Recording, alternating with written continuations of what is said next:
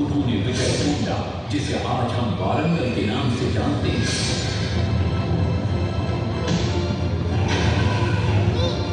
कि काकतीय वंश के राजा गणपति को परास्त किया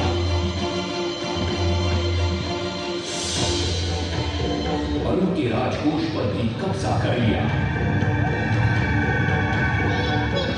3 वर्षों तक निरंतर युद्ध के पश्चात जब वे बहुत सारी धन संपदा लेकर कलिंग लौटे तो राजमहल में उनका भव्य स्वागत हुआ।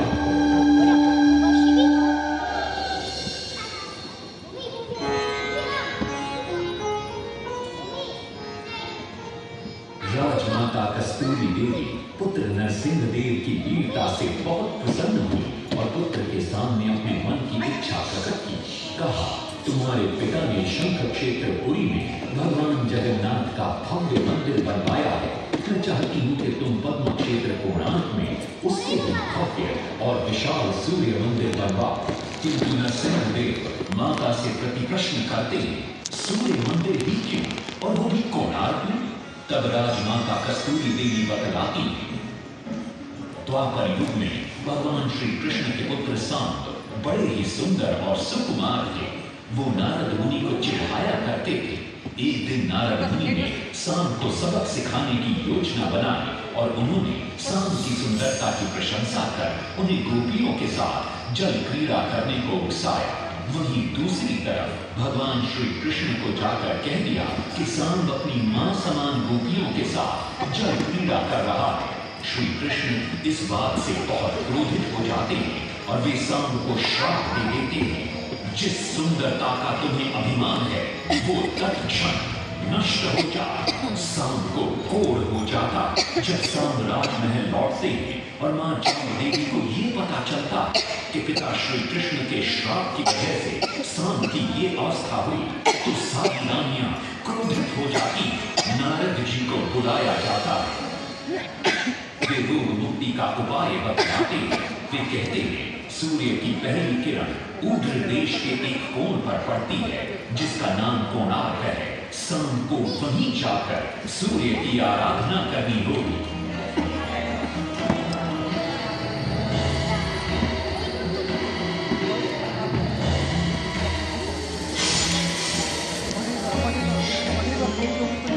बहुत ही लंबी और कठिन यात्रा के पश्चात सांब अपने सैनिकों और सेवकों के साथ कोणार्क की चंद्रभागा नदी के तट पर पहुंचते हैं और नित्य प्रातः स्नान के बाद सूर्य की आराधना आरंभ करते हैं।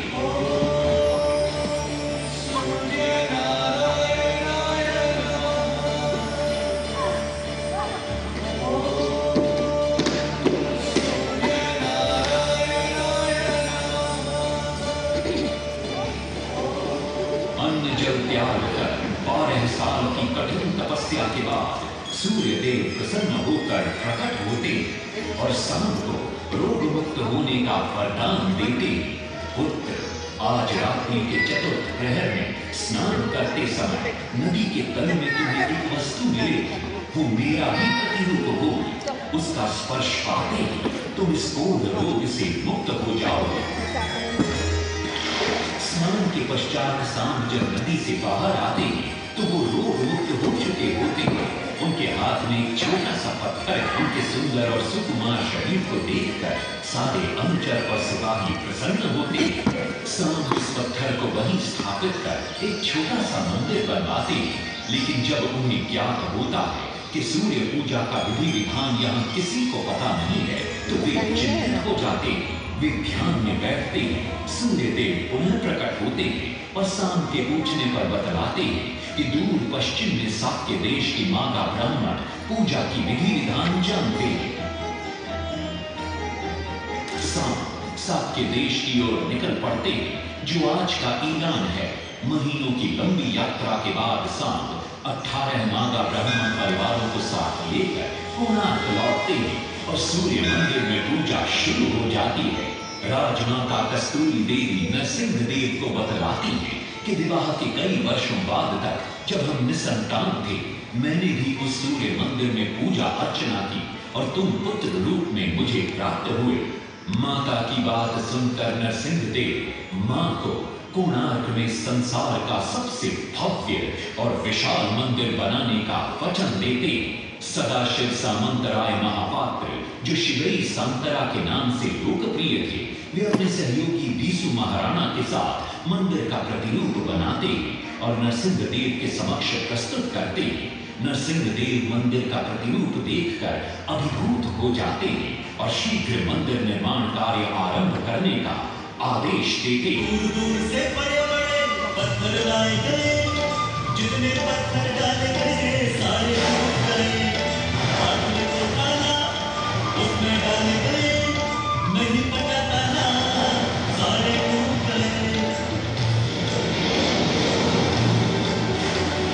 सिर्फ इंसान तेरा होवे परेशान, किसी विधि मंदिर बने।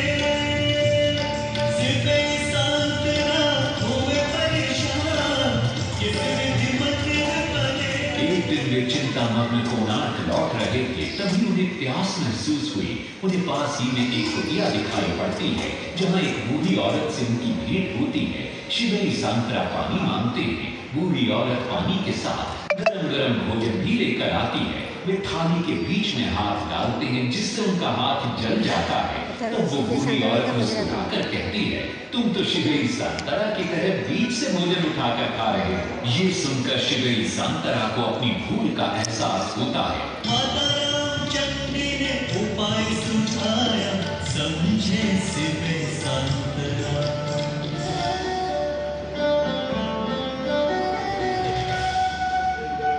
तत्पश्चात वो किनारे से पत्थर डलवाना शुरू करते हैं और मंदिर निर्माण का कार्य तेजी से आगे बढ़ने लगता है। 1200 शिल्पियों ने 12 वर्ष में मंदिर बनाया। घोड़े सवार सजा धन रथ में सबका चरित्र बताया।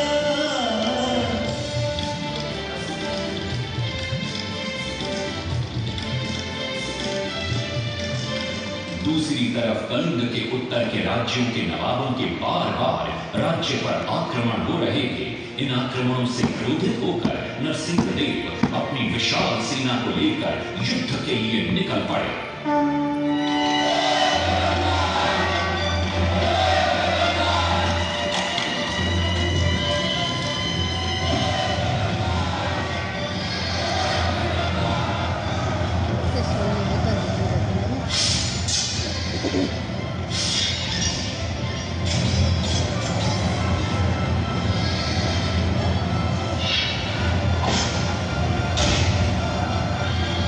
शक्तिशाली गौरवंग के नवाबों को भी युद्ध में परास्त कर दिया और उनसे प्राप्त सारा धन अपने कब्जे में लेकर सूर्य मंदिर के निर्माण कार्य में लगा दिया। 1200 कारीगरों के अथक प्रयास से 12 साल बाद विशाल और भव्य सूर्य मंदिर बनकर तैयार हुआ। उस समय के लोगों में वास्तुशास्त्र, ज्योतिष शास्त्र और खगोल शास्त्र का जो ज्ञान था, उसे देखकर आज के बड़े बड़े वैज्ञानिक भी आश्चर्यचकित रह जाते हैं। कई प्रयासों के बाद भी मंदिर के गुंबद पर कलश स्थापित नहीं हो पा रहा था। क्रोधित नरसिंहदेव ने आदेश दिया कि कल प्रातः काल तक यदि कलश स्थापित नहीं हुआ तो सबके सर धड़ से अलग कर दिए जाएंगे। सभी शिल्पकार घोर चिंता में डूब जाते हैं।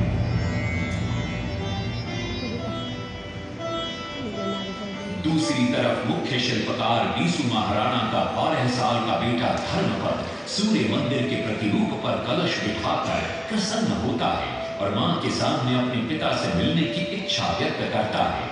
मां अपने बागीचे के पेड़ पोटली में बांध कर देती है और कहती है, अपने कुत्ते बलिया को साथ लेकर कोणार्क जाओ।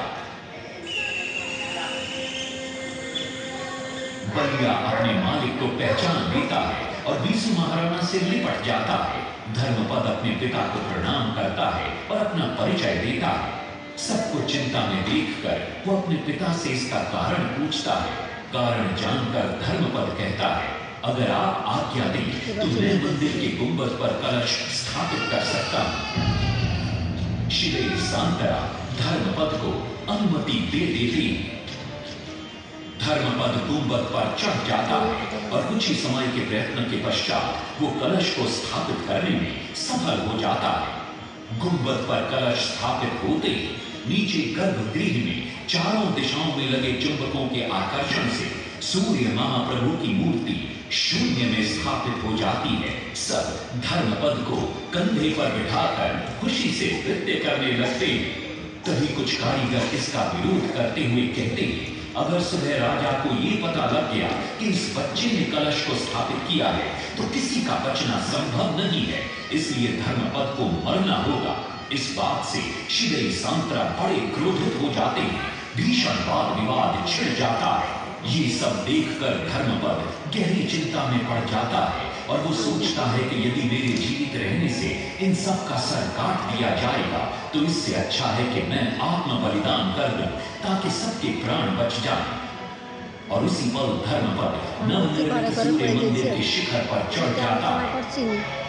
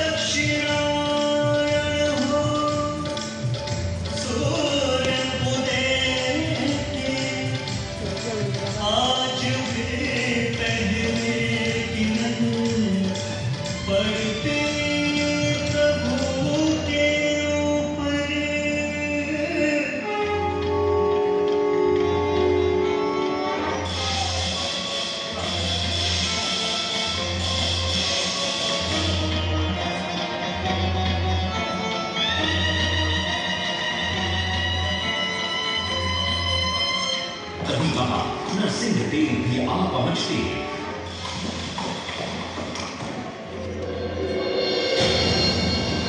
और सूर्य महाप्रभु को शून्य में स्थापित देख वे भी आनंद से भर जाते हैं और शिवई सांतरा की भूरी भूरी प्रशंसा करते हैं। वो ये भी घोषणा करते हैं कि माघ शुक्ल पक्ष की सप्तमी को मंदिर की प्राण प्रतिष्ठा की जाएगी। लेकिन शिवई सांतरा कहते हैं, राजन तिथि तो अच्छी है लेकिन मंदिर की प्राण प्रतिष्ठा के लिए ये शुभ नहीं है। किंतु राजा अपनी बात पर अड़ जाते हैं। शिवई सांतरा को दुख होता है और कोई वाद विवाद किए बिना वे हमेशा के लिए वहां से चले जाते हैं।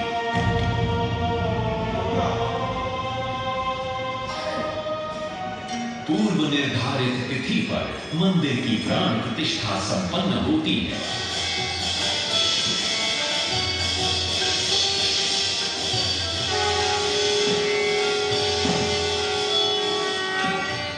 लेकिन कुछ दिनों बाद अमंगल होना शुरू हो जाता है। सबसे पहले विराट सिंह की मूर्ति नीचे आ गिरती है। तत्पश्चात मंदिर की शिलाओं का गिरना भी शुरू हो जाता है। नरसिंहदेव को अब समझ में आता है कि शिवई सांतरा का कहना सही था, लेकिन देर हो चुकी थी। बहुत साल बाद मंदिर के आसपास जंगल उगा और ये मंदिर घने जंगलों के बीच छुप गया। जब अंग्रेजों ने जंगल के बीच इस मंदिर को देखा तो उन्होंने इसका पुनरुद्धार किया। आज आप उसी विशाल मंदिर के भग्नावशेष देख रहे हैं। ये है इस प्रसिद्ध मंदिर की कथा। अब इस कथा में कितनी सत्यता है और कितनी कल्पना है ये तो किसी को नहीं मालूम, लेकिन ओडिशा की जनश्रुतियों में यही कथा विद्यमान है।